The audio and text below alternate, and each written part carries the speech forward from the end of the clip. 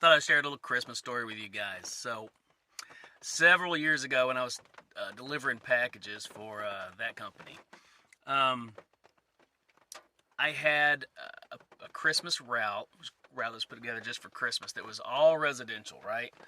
All houses. And residential routes are great because you just knock out a ton of deliveries back to back to back. I mean, every couple minutes you have a stop off. But there was a few houses on the route that were signature required for every delivery, and you just dreaded these because it took forever. And one in particular one was down a long mud driveway through the woods out in the boonies, and this house set off all by itself, so you took forever just to even get to the house. Then you had to get out, ring the doorbell, wait for them to come to the door and sign for the package. And this little old lady lived there, right? So it took her forever to get to the door. And nothing against her, but I hated delivering to her because it took so blasted long.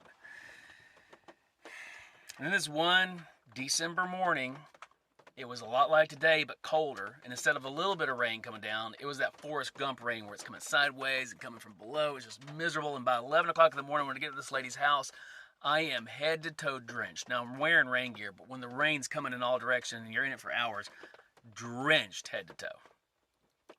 Freezing cold because it's like 31 degrees. It's below freezing, but raining. I was miserable. I get to this lady's house and I'm just freaking angry, man, because I'm gonna have to stand in the rain.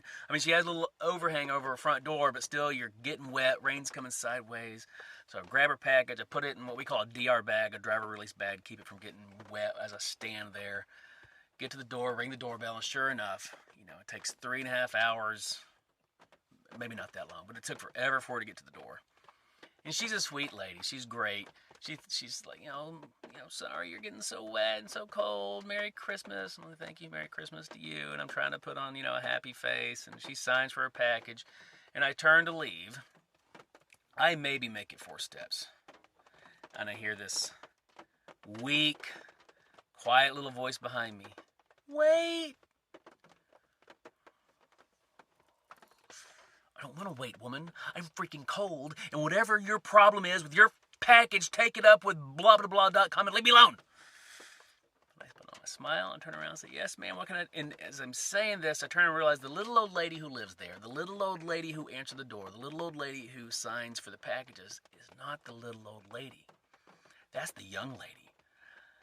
And she's like in her 70s. The little old lady is probably your mom and looks like she's 115. She is tiny, she is skinny, frail, and she's in what looks like a homemade dress. She's an itty-bitty thing, 4'5" maybe, all hunched over.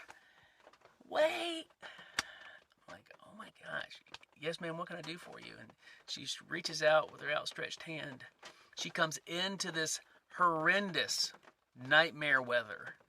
And on her hand is a little white napkin. And on the little white napkin are 2 hot from the oven sugar cookies. Wait. And she hands me the cookies. And I'm freezing cold head to toe. And she slides the cookies off into my hand and says, Merry Christmas, son. You stay warm. And the warmth from those cookies went into my hand and up my arm and into my torso and down to my toes. And for the rest of the day, I was warm and happy and singing Merry Christmas. Take care, y'all. Bye.